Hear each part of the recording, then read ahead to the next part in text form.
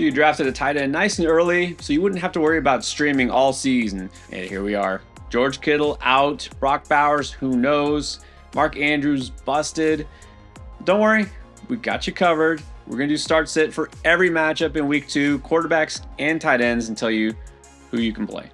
Let's start with those players that are must starts at quarterback: Josh Allen, Lamar Jackson, Jalen Hurts, Jaden Daniels, and Joe Burrow. At tight end, it's Trey McBride, Brock Bowers if he plays. All right, let's kick it off with the first game of week 2 on Thursday night. Should be a pretty good one with the Commanders taking on the Packers in Green Bay. All right, if you got JD, yeah, you're set at quarterback. Well, Zach Ertz is a tight end. Solid, still solid. I don't know if I can call Zach Ertz solid. He's a streamer, right? He could always score like he did last week, and then it's like, yeah, I'm glad I streamed him. Or he could not score, and it's like, ew, maybe I don't wish I didn't stream him. But he can always score, so he's a streamer. Yeah, Zach Ertz at this point is kind of settled into being that almost solid. Like, we know we use that term, like a guy that you can start and not worry too much about. Look, these days, even with these injuries, can't get too excited about Zach Ertz, and I'm kind of worried that Deebo Samuel might actually be a thing this year, so let's just say he's a streamer. Then for Green Bay, we got Jordan Love at QB, Tucker Kraft at tight end, and a lot of people were excited about Kraft. I was saying he was one of my favorite late round tight end picks. Do you think he'll have a better game in week 2? I mean, he wasn't bad. Like, the Packers just barely threw the ball. He actually led the team in routes in week 1, and he scored that touchdown. Again, though, they might not need to throw it a ton against Commanders, but maybe they will. I think Kraft is always solid. He's got definite touchdown upside here. And I'll say Jordan Love this week, I have him as solid too. Again, he played very well last week. They just barely had to throw the ball. I think the Commanders will force him to throw it even more this week, so I think he's solid. Well, I completely agree with you on Tucker Kraft. I mean, I still think he's got a ton of upside in this offense, the way he was utilized. I think he's a solid tight end. He should continue to be. With Jordan Love, I don't know. I'm starting to see that ever since they got Josh Jacobs, this team wants to run the ball. And in fact, last week, they were the leaders in neutral game situation run percentage. They could have opened things up, and they just didn't. They want to establish the run. They're just going to spread the ball around. I just don't think there's enough upside here with Jordan Love, and we didn't see him run that much. I think he's a super flex only play. All right, now we got the Giants at the Cowboys. Well, for now, Russell Wilson is still the quarterback. He was named the starter for week 2, and it's amazing that it's week 2 and we're already there. Well, we're not sure. Theo Johnson is the tight end there for the Giants. Yeah, this is hard pass. I know it's the Cowboys. Like, not a good. I don't even care. This Giants offense was a train wreck. Hard pass on both. Very hard pass. I really think this is going to be another lost season. And look, Brian Daboll, how much longer does he really have there? All right, now in Dallas on the other side, well, Dak Prescott, not exactly a great fantasy day last week, but I think he, for his part, didn't look too bad. Jake Ferguson also didn't do a whole lot, but he should still have some appeal here. Yeah, Dak should have had a much bigger game last week. I talked about it a couple times this week. Like, he should have had his team let him down. Let's be real here. I like Dak this week. Giants not nearly as tough of a matchup as the Eagles, even though they do have a pretty good defense. They're not going to scare me off Dak. I think he's solid this week. And then Ferguson's probably going to always live in the streaming tier. I mean, this guy should have had a better game last week too. He was not, innocent of mistakes in that game. So I think you could stream him as well. Yeah, I think Ferguson's always a guy who's going to be a streamer. The potential here is if he gets in the end zone, which you never know. As far as Dak, I won't get too carried away. We liked him last week because we knew they were going to have to throw the ball a lot against Philly.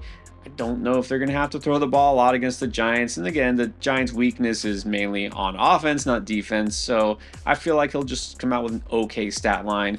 I'll say he's a streamer. Next up, we have Seattle taking on Pittsburgh. So Sam Darnold, the new QB in Seattle, and then Elijah Arroyo is the new tight end here. Do these guys put up points like the Jets did against this supposed steel curtain defense? Well, the tight ends for the Jets didn't put up points. The tight ends for the Seahawks aren't putting up points. No, not starting whoever the Seahawks tight end is. I'll say the problem for Sam, you look at, Justin Fields, he was awesome last week against this defense. Like, start Sam Darnold. Sam Darnold doesn't run like Justin Fields does. He's fine, but he's only fine in Superflex. Yeah, and that offense was way too one-dimensional. I mean, great for JSN, but can he really get by throwing the ball to just one guy over and over again? Yeah, Sam Darnold, I don't know if he'll ever be more than just a super flex play for me. That's what he is right now. Now, on the other side, all right, we see you, Aaron Rodgers. Big game, 4 touchdowns against your former team. And now at home, his Pittsburgh Steelers home debut. Realistic expectations for him and Jonnu Smith, who did find the end zone. Realistic expectations are a letdown. I mean, look, this Seahawks defense is very good. We saw that last week against the 49ers. This is a good defense. The Jets defense did not look very good last week. I think Aaron Rodgers will probably be fine. I'm still going to say super flex here. And then I'll say Jonnu Smith. If you want to stream him, you can stream him. I have my concerns. I'm still worried, but at least he did score, so you can stream him. Pat Freiermuth, no chance. You know, I'm not excited about like 40-year-old Aaron Rodgers in the last season and Arthur Smith pass offense.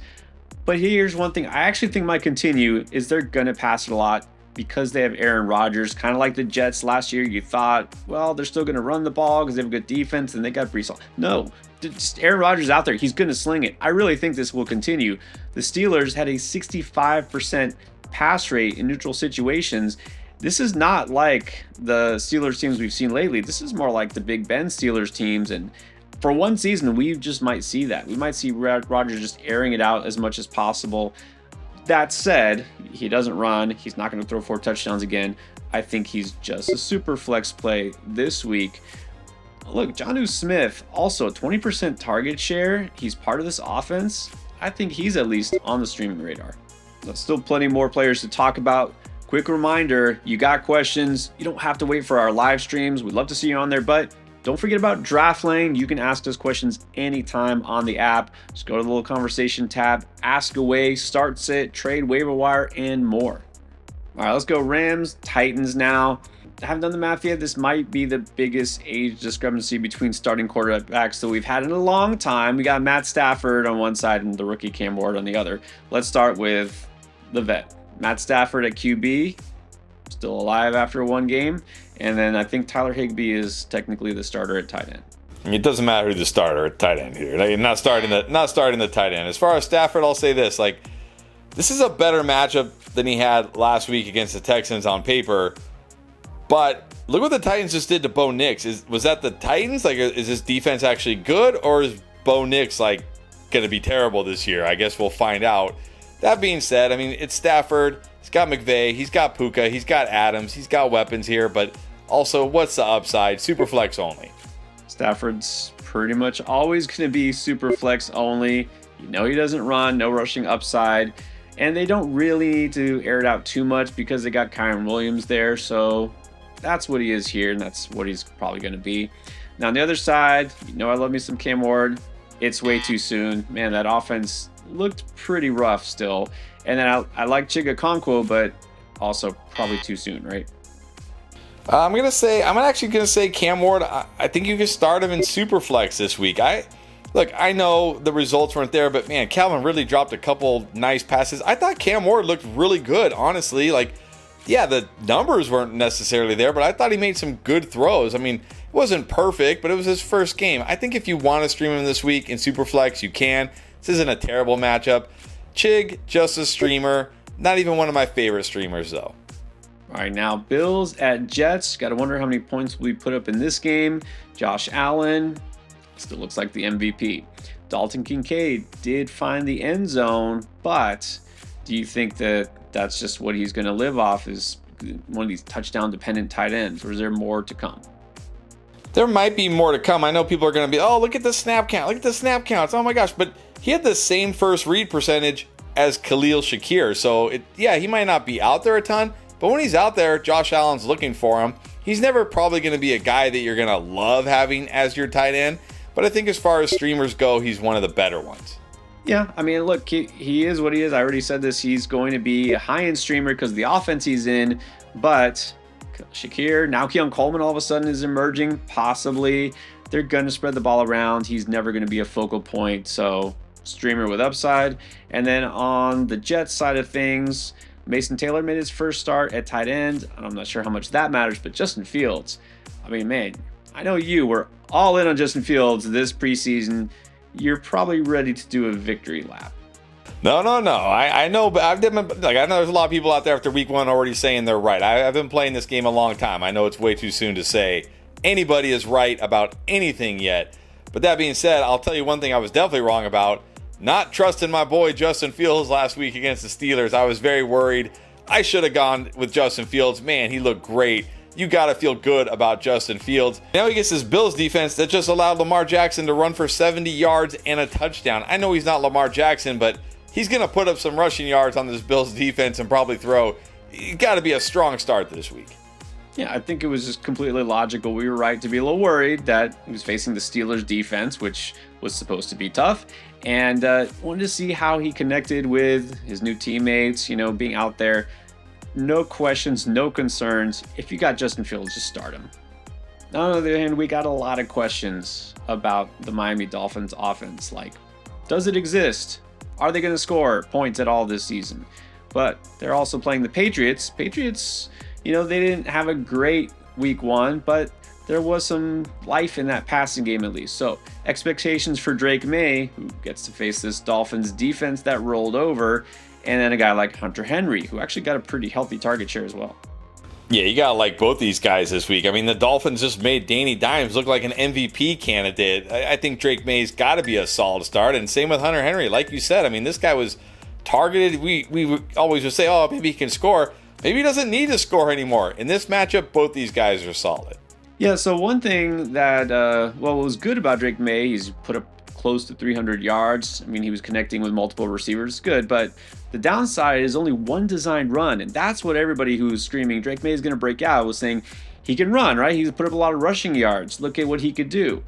He didn't run in week 1. Now, he might have more success here, but I think we got to pump the brakes a little bit. I think he's streamable because it's the Dolphins.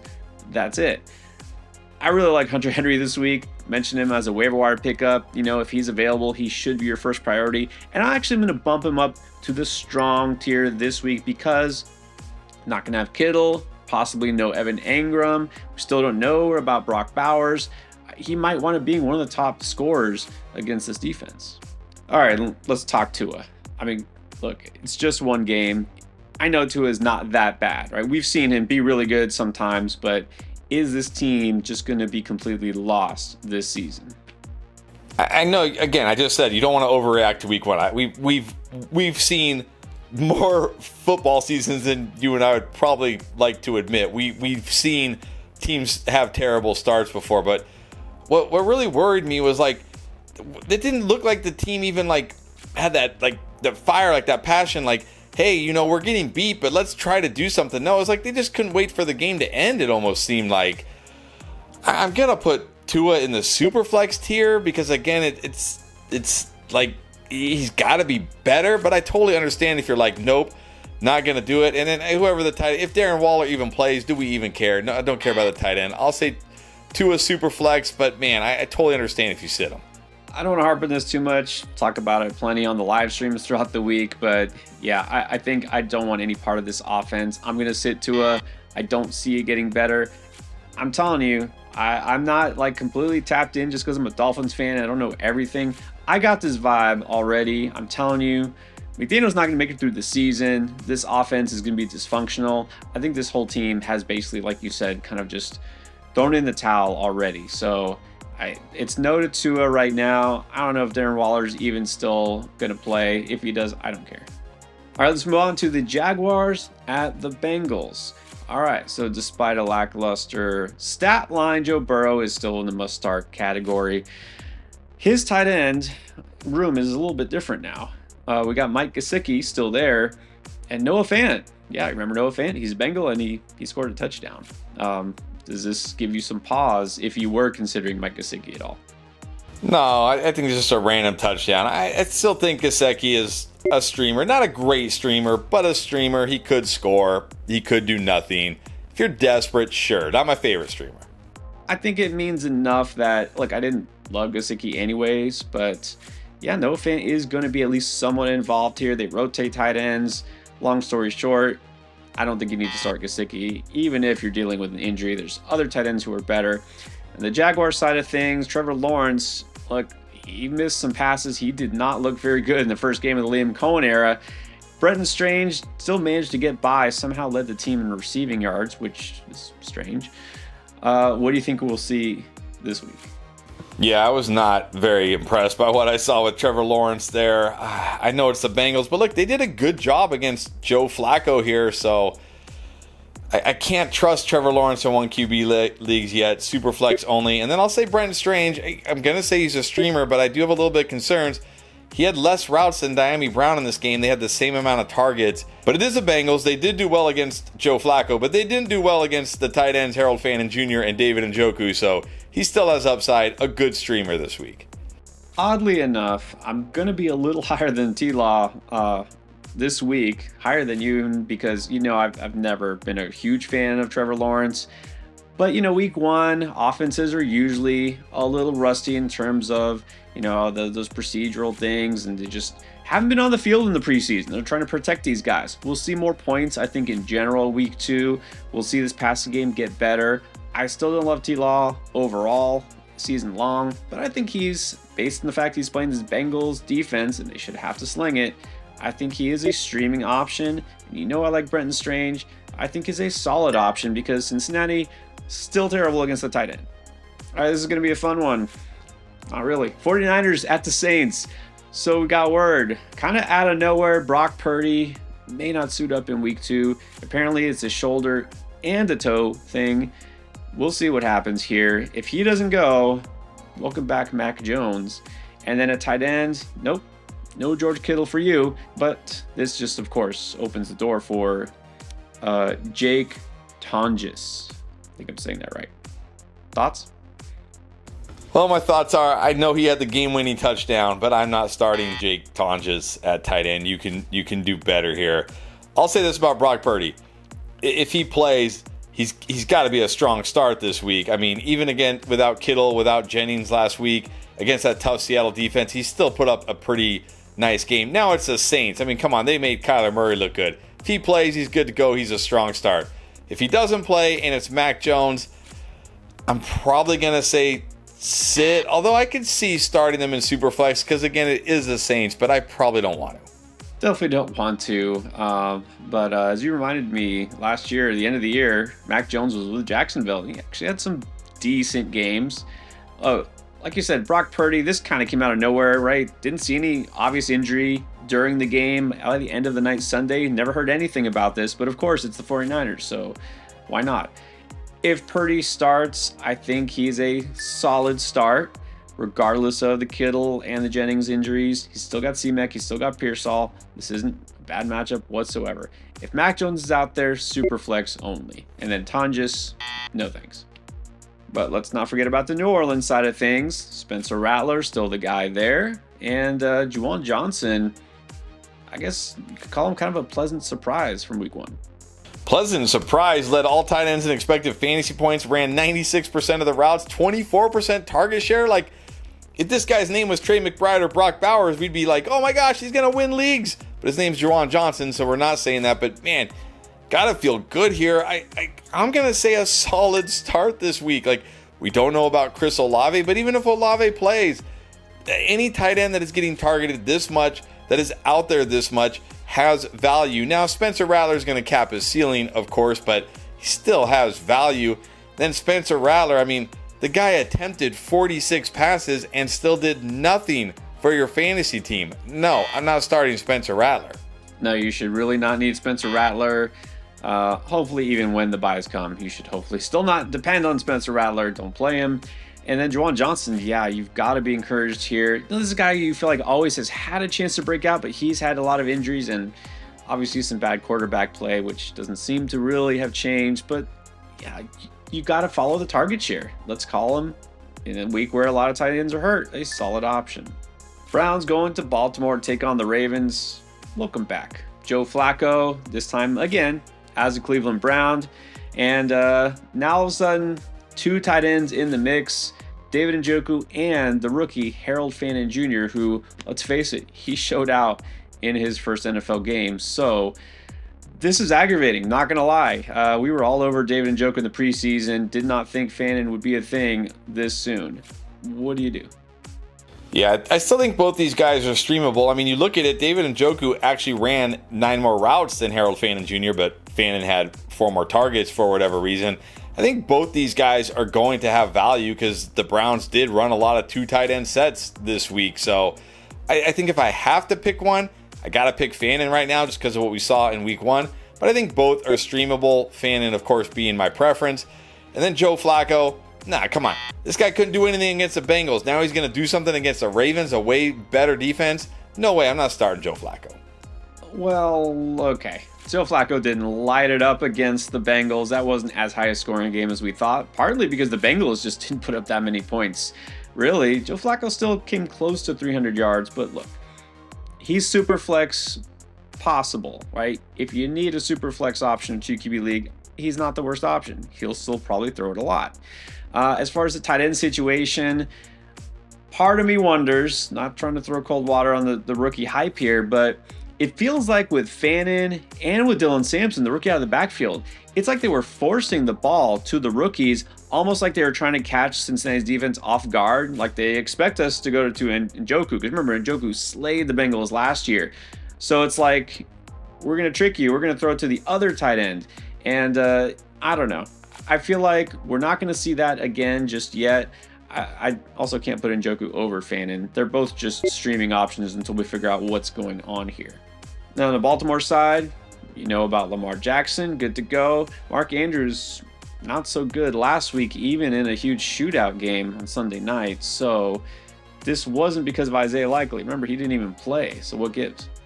I don't know. Does Mark Andrews just hate the beginning of the season? Remember, this was like the same thing last year. It was like he was hardly getting targeted. I mean, he only ran 59% of the routes, had a 0.08 targets per route run. Like, never even targeted in this game. I think he got 1 target in this game. He should be solid, but I totally understand if you're like, nope, I'm not doing it. I'm benching this guy. I mean, that was crazy. So I'm going to say solid, but he's like bright red flag solid, like, hey, this could really go bad.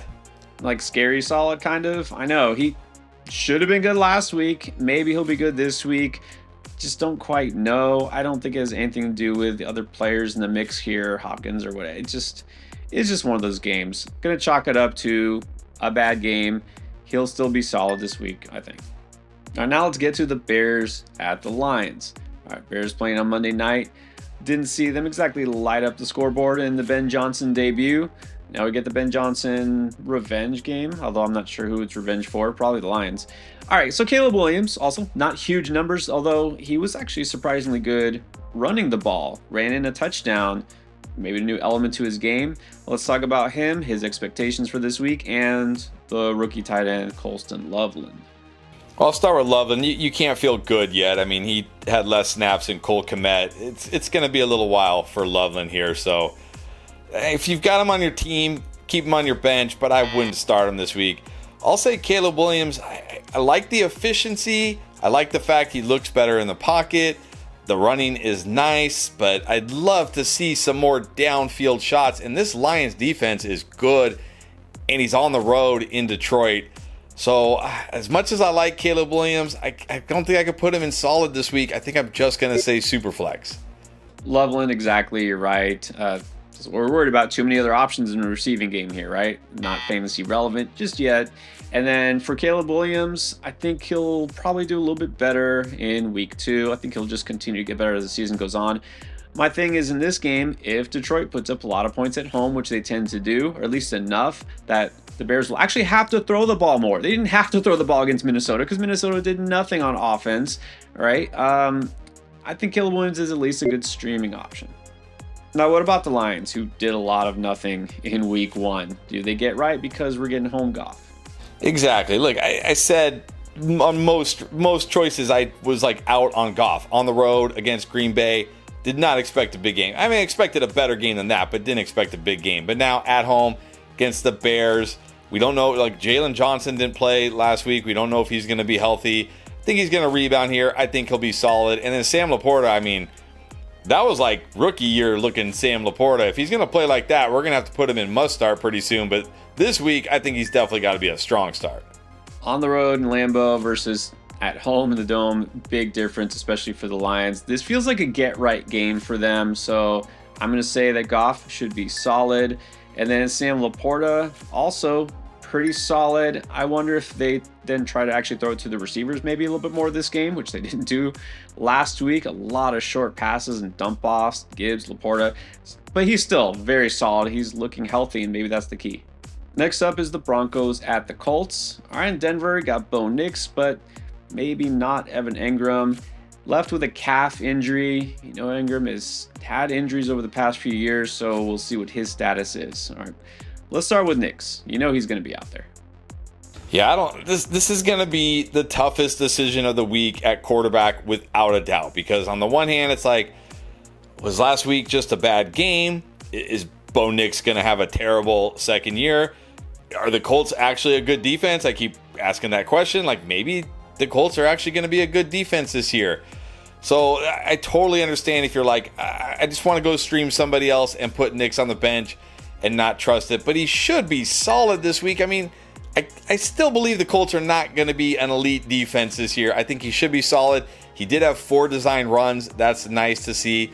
But he's going to be like a risky solid. Like, I'd be scared to put him in my lineup this week. Totally understand if you can't do it. And then I'll say Evan Engram. I think if he plays, he's streamable. I know he wasn't out there a lot, but he had a 0.33 targets per route run before leaving. He was being heavily targeted before that injury. So I think if he plays, I'm streaming him. Well, with Nix, yeah, I feel like he's, again, solid. Don't feel like this is going to turn into a shootout. And the one thing with last week is they really didn't have to do a whole lot against the Titans, right? Not a lot of resistance there. They weren't going to pass the ball a ton. This Colts off defense is better, but not elite. So, again, I'm just kind of putting Nix right there, the low end of the QB1 spectrum. Engram, I'm a little nervous. Man, I know I liked him a lot this year, and I still do. But anytime you get these soft tissue injuries with a guy who's had a lot, I'm just going to take a pass this week and wait till he's good. Now, the Colts. All right, let's talk Danny Dimes here. It's just one game, but maybe it was the Giants after all and not him. What do you think? Daniel Jones and, oh, by the way, rookie tight end sensation for 2025, Tyler Warren. Yeah, Tyler Warren looked great. I love the way he was using this offense. I think Tyler Warren's got to be a strong start. I mean, maybe the Broncos shut him down this week, but let me see it. I think you got to start Tyler Warren. Daniel Jones, I know he's coming off that monster game, and it's going to be like, how do I bench Daniel Jones? But this is the Broncos. This is the entire opposite end of the spectrum as far as matchups go. Like, from one of the easiest to one of the toughest here, and it's still Daniel Jones. I'm going to say super flex only. I really want to say sit, but I mean, how do you say sit after what he did last week? Super flex only, but I think a risky super flex. Yeah, I'm almost glad that they get a really tough matchup, so we can't go too overboard on Daniel Jones. Super flex, sure. I mean, based on the way he looked and the way he ran, that's exactly what's going to give you fancy value here. Super flex only, though, against Denver defense. And then Warren, I know some people are like, that's it. Must start. Like, he's it. He's the thing. Maybe he will be. But it's a tough defense, right? Good matchup here. I'm going to say he's solid. Absolutely. You can put him in there, not worry about it, but I'm not going to go crazy. Panthers taking on the Cardinals in week 2. I'm not going to lie. A little disappointed in Bryce Young, specifically in that Panthers offense, that passing game. JT Sanders also, by the way, he's a tight end for Carolina. Might be not blamed if you forgot, because he did nothing in week 1 like a lot of Panthers. Look, does Bryce Young get better?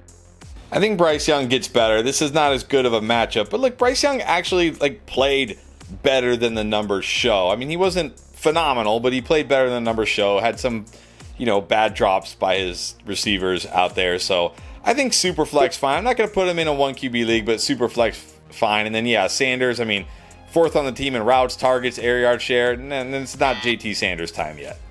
Still holding out hope for Sanders, but not in any fantasy lineups. And then Bryce Young, same thing. Staying optimistic. You could super flex him, but that's it. And on the Cardinals side, I mean, Trey McBride now looks like the most sure thing at tight end. And then Kyler Murray is never a sure thing, but he wasn't bad in week 1 despite an illness. Right, I got apologies to Kyler. What's terrible? I talk about this. Sometimes it's almost worse to have too much information. Had I never even heard about Kyler Murray's sickness, the whole week leading up to that, we were saying like, Marvin Harrison Jr., start him. Kyler Murray should be fine this week. It's the Saints. And then it's like, oh, wait, he's sick. And we backed off at the last minute. It's like, sometimes it's better just to not even have that noise, honestly. You know what I mean? But that said, apologies to Kyler. He was great. Harrison was great. This matchup, not as good as the Saints, but not a matchup that scares me at all. He should be solid. Yeah, I don't like this matchup as much as last week, so I'll just say he's a probably high-end streamer. I know most people think of him as more than that, but I don't. Now it's rematch time. Eagles at Chiefs, but in week 2. We're living in a world now, 2025, where neither Pat Mahomes or Travis Kelce are must-start, so we'll get to them.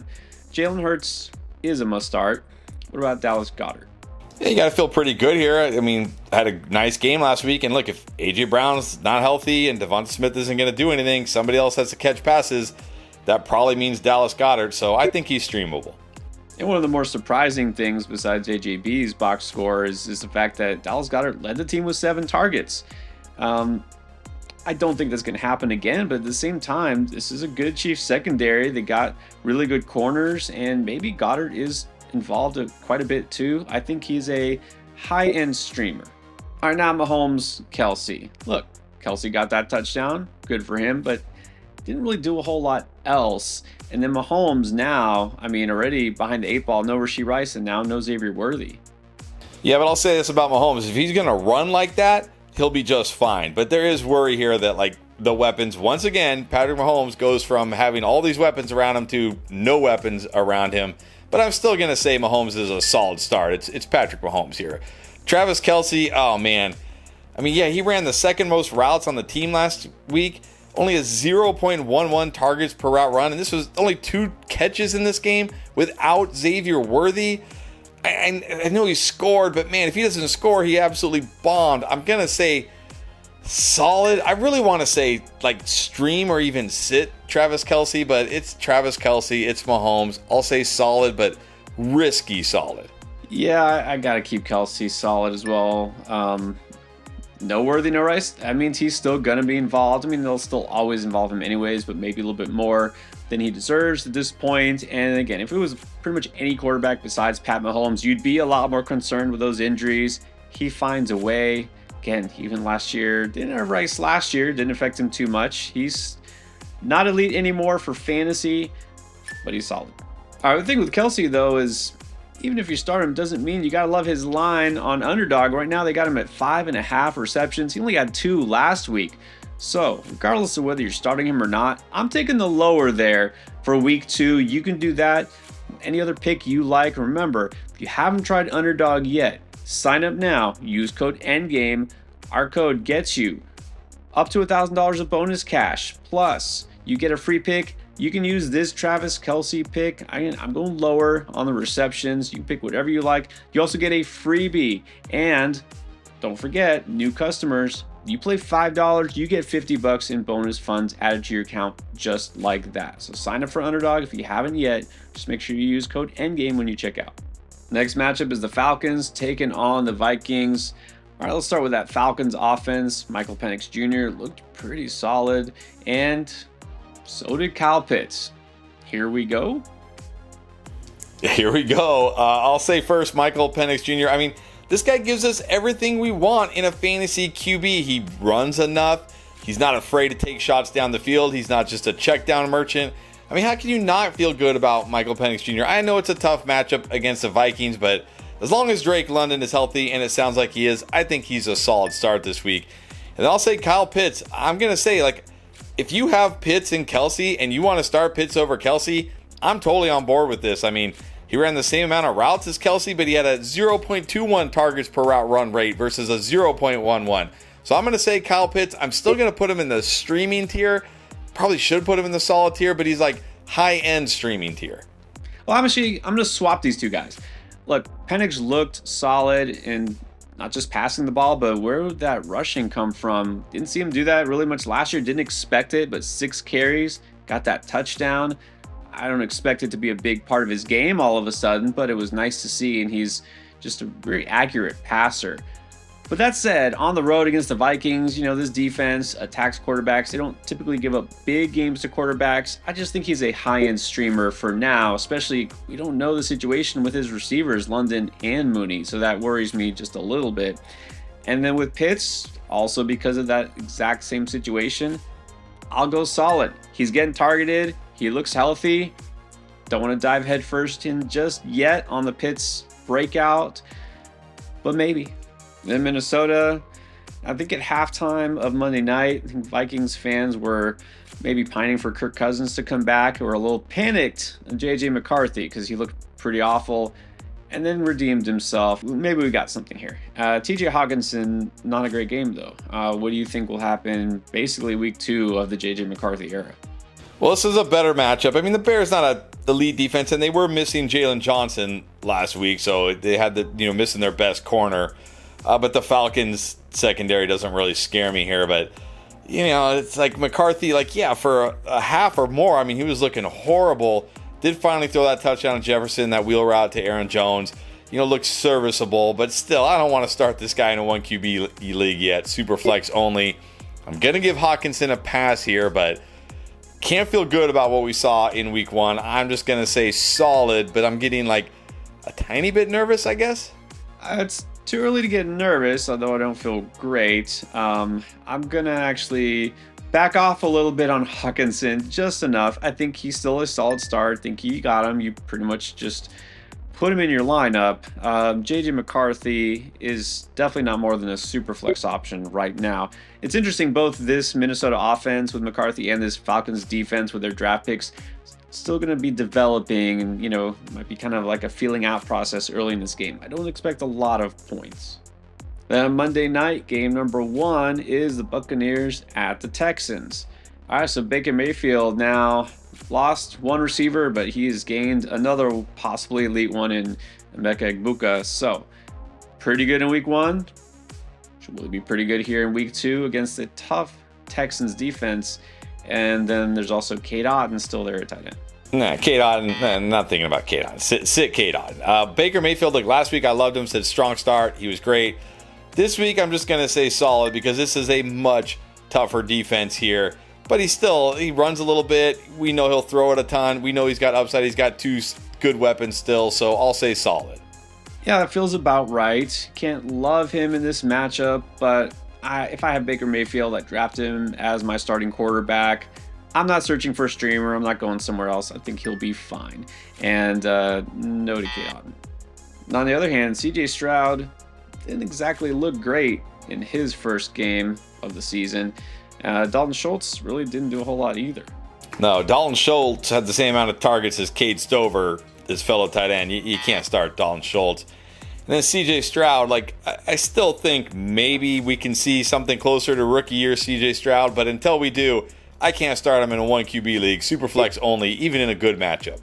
Well, it looks like those issues from the offensive line last year might have carried over. Didn't have a lot of time to throw, wasn't super accurate. Now, he did run more than we saw last year, a little bit. That's not enough by itself. I will say this, I think maybe that Buccaneers defense is soft enough and that they could keep pace with him offensively enough that he has to throw it more. I think he'll be better, right? Nico Collins is going to have a better game. I'm going to put him at least in the streaming tier for this week. Dalton Schultz, I'm not. And the final game of week 2 is going to be the Chargers taking on the Raiders. Justin Herbert looked great against a pretty good Chiefs defense last week. And as far as tight ends, it's still kind of a committee there. I think Will Dissly might be the first option, or maybe Tyler Conklin, or I don't know. It doesn't matter who the tight end is. You're not starting. But I'll say this about Justin Herbert. Apologies to anybody I said to sit Justin Herbert. I mean, the Chiefs had dominated Justin Herbert historically, and then he went out there and lit him up. I also like the fact that he scrambled a lot, although I didn't like the fact that he had 0 designed runs. I'd like to see that go up a little bit, but still, he's got weapons. He played great. He's got to be a strong start. I mean, he's got to be. It's time we remember that he started last season with an injury, an ankle injury. He couldn't move around as well. He'll run a little bit more, but also a deeper receiver room. Added Trey Harris, added Keenan Allen. That matters and that helps. So yeah, let's fire him up again. He's a strong start, and no to any of those tight ends. And then the Raiders, they got Geno Smith and hopefully Brock Bowers this week. If Bowers plays, you play him. What about Geno Smith? I mean, he looked pretty good in his first game in silver and black. Yeah, he was fine and talked about it. Like, the Raiders led the NFL in neutral pass rate in week 1. They're a pass-happy team, it seems like.